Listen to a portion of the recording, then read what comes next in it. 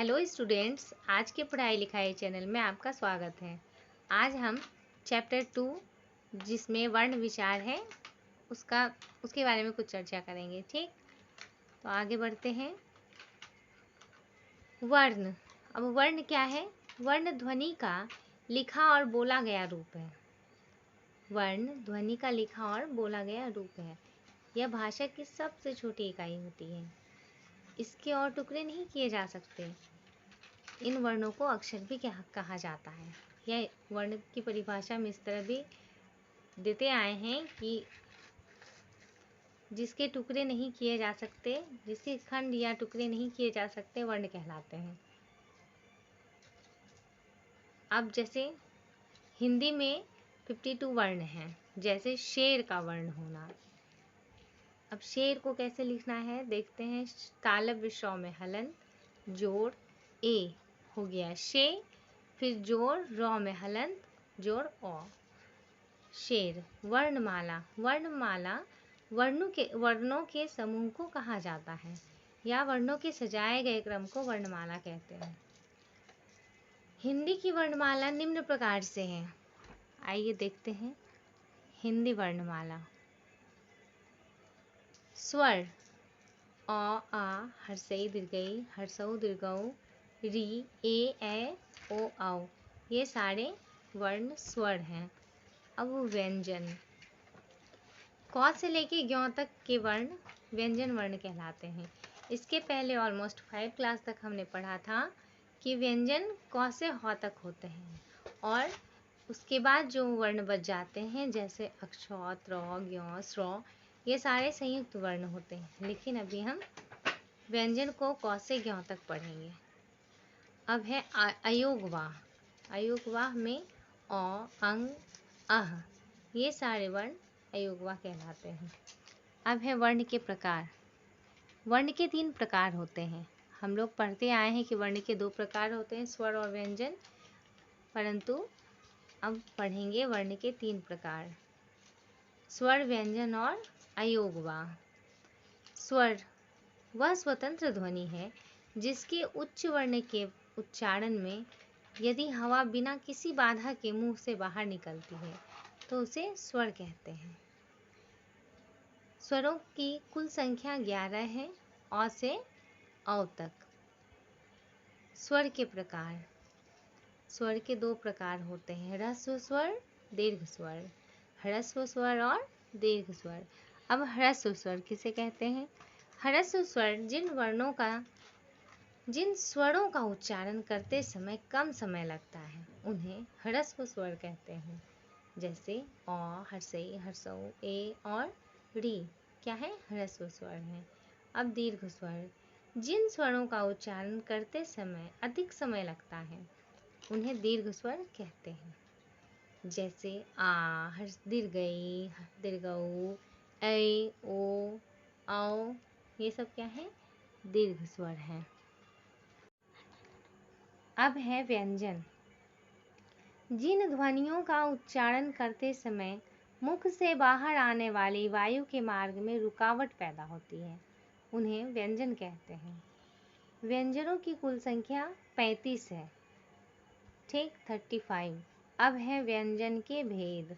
व्यंजन के भेद 3 आधारों पर किए जाते हैं। पहला है उच्चारण, स्थान के आधार पर, स्पर्श श्वास की मात्रा के आधार पर और स्पर्श के आधार पर। उच्चारण स्थान के आधार पर देखते हैं। क कंठ व्यंजन। जो व्यंजन कंठ से बोले जाते हैं उन्हें कंठ व्यंजन कहते हैं।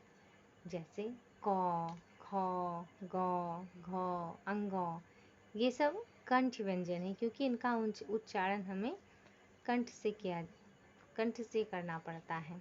अब है ख नंबर, तालव्य व्यंजन। जिन व्यंजनों का उच्चारण तालु से होता है उन्हें तालव्य व्यंजन कहते हैं। जैसे च, छ, ज, झ, य, घ और य और तालव्य श, ये सारे व्यंजन हैं तालव्य व्यंजन। अब है मूर्धन्य व्यंजन। जिन व्यंजनों के उच्चारण में जीभ की नोक मूर्धा को छूती है। जब आप इन व्यंजनों को बोलोगे तो आप ध्यान देना कि आपकी जो जीभ है उसकी नोक मूर्धा को छूती है, जिन्हें मूर्धन्य व्यंजन कहते हैं। जैसे बोल के देखिए, ट, ठ, ड, ढ, मूर्धन्य न, अण, अढ़, र, मूर्धन्य श। ये सारे व्यंजन मूर्धन्य व्यंजन हैं। अब है दंत्य व्यंजन। जिन व्यंजनों का उच्चारण करने में जीभ की नोक ऊपर के दांतों को छूती है, उन्हें दंत्य व्यंजन कहते हैं। जब आप इन व्यंजनों का उच्चारण करेंगे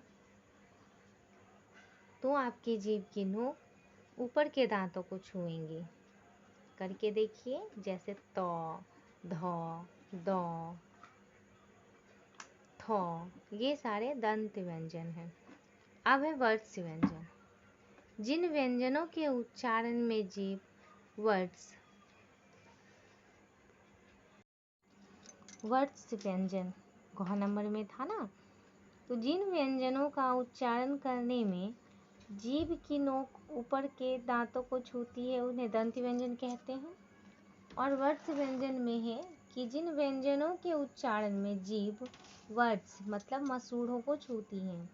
जब आप कुछ व्यंजन ऐसे हैं जिनका उच्चारण करोगे तो आपकी जीभ मसूड़ों को छुएंगी, उन्हें वर्त्स व्यंजन कहते हैं। जैसे नौ, सौ, है ना, दंत सौ। ये सारे क्या हैं? वर्त्स व्यंजन हैं। अब ओष्ठ व्यंजन। जिन व्यंजनों का उच्चारण स्थान दोनों होंठ होते हैं, उन्हें ओष्ठ व्यंजन कहते हैं। जैसे जब हम कुछ ऐसे व्यंजन हैं जिन्हें बोलेंगे, जिनका उच्चारण करेंगे, तो उनको बोलने के वक्त हमारी जो होंठ हैं, है ना, दोनों होंठ का प्रयोग होता है। जैसे प, फ, ब, भ, म और वो, ये सारे ओष्ठ व्यंजन हैं। इन्हें हमारे दोनों ओष्ठ के सहायता से बोले जाते हैं। अब है दूसरा, श्वास की मात्रा के आधार पर, है ना, श्वास की मात्रा के आधार पर व्यंजनों के दो भेद होते हैं, अल्प प्राण व्यंजन और महाप्राण व्यंजन। अब एक अल्प प्राण व्यंजन। जिन व्यंजनों का उच्चारण करते समय हवा की मात्रा कम हो, उन्हें अल्प प्राण व्यंजन कहते हैं। वर्गों के पहले, तीसरे और पांचवें वर्ण अंतस्थ वर्ण और ह को छोड़कर अन्य ऊष्म व्यंजन अल्प प्राण होते हैं। महाप्राण। जिन व्यंजनों का उच्चारण करते समय हवा की मात्रा अधिक होती है, उन्हें महाप्राण कहते हैं। जैसे कि आप जब कहोगे क, च, ट, त, प, ये वर्गों के दूसरे और चौथे व्यंजन हैं। ह और ढ़ क्या है? महाप्राण व्यंजन है। ठीक। अब जैसे कि अल्प और महाप्राण व्यंजन, जैसे वर्ग है ना, वर्ग हमारा होता है क से लेके प अंतस्थ और ऊष्म। क वर्ग, च वर्ग, ट वर्ग, त वर्ग, प वर्ग अंतस्थ और ऊष्म। तो उसमें क वर्ग में आपका अल्प प्राण व्यंजन में क्या आ गया? क, ग, अंग। ठीक। उसके बाद है महाप्राण व्यंजन में ख, घ। च वर्ग में च, ज, य और महाप्राण छ, झ। ट वर्ग में ट, ड, मूर्धन्य न और अण। अब महाप्राण में यही हो जाएंगे आपके ठ, ढ और अढ़।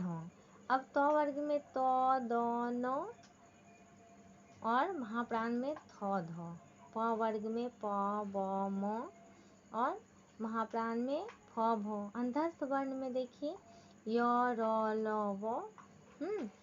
ऊष्म में भ, मूर्धन्य श, ताल दंत श और महाप्राण हो जाएंगे आपके ह। अब है तीसरा, स्पर्श के आधार पर। स्पर्श के आधार पर व्यंजनों को 3 भागों में बांटा जा सकता है, जैसे स्पर्श व्यंजन, अंतस्थ व्यंजन और ऊष्म व्यंजन।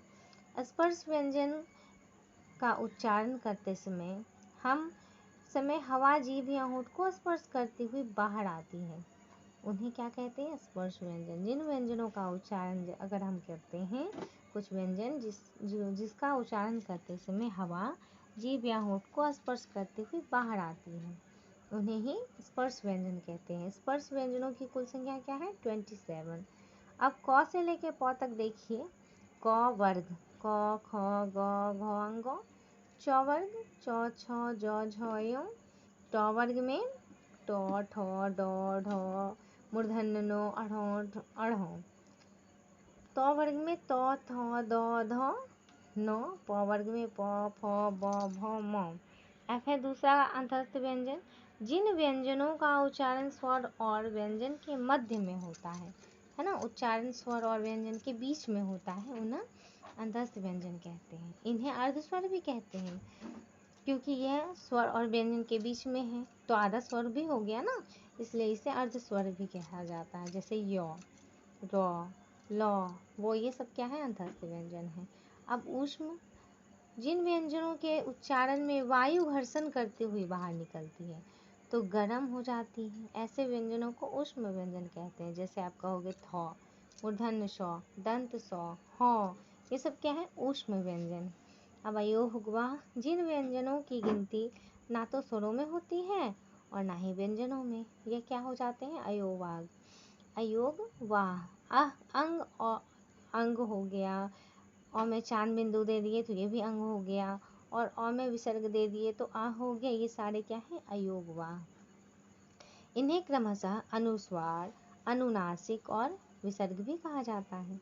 जैसे अनुस्वार है ना, अ में बिंदी है ऊपर में, देख लीजिए, ये बिंदी ही क्या हो गया? अनुस्वार। जिस स्वर के उच्चारण में वायु केवल नाक से निकलती है, जब अगर हम कुछ बोलते हैं तो हमारे नाक से वायु निकलती है, आप ध्यान दीजिएगा, और उच्चारण झटके के साथ होता है, तब उसे बिंदु के द्वारा प्रकट करते हैं। जैसे इस बिंदु को अनुस्वार कहते हैं, है ना। अनुस्वार का प्रयोग सभी वर्ग के पंचम वर्ण जैसे अंग, य, मूर्धन्य न, म के स्थान पर होता है। जैसे डंक, ड में ये बिंदी है ना ऊपर में, तो ये अनुस्वार हो गया क। डंक हो गया अंडा, ठंडा, अंतर, चंपत, चंपत में देखिए म हो गया।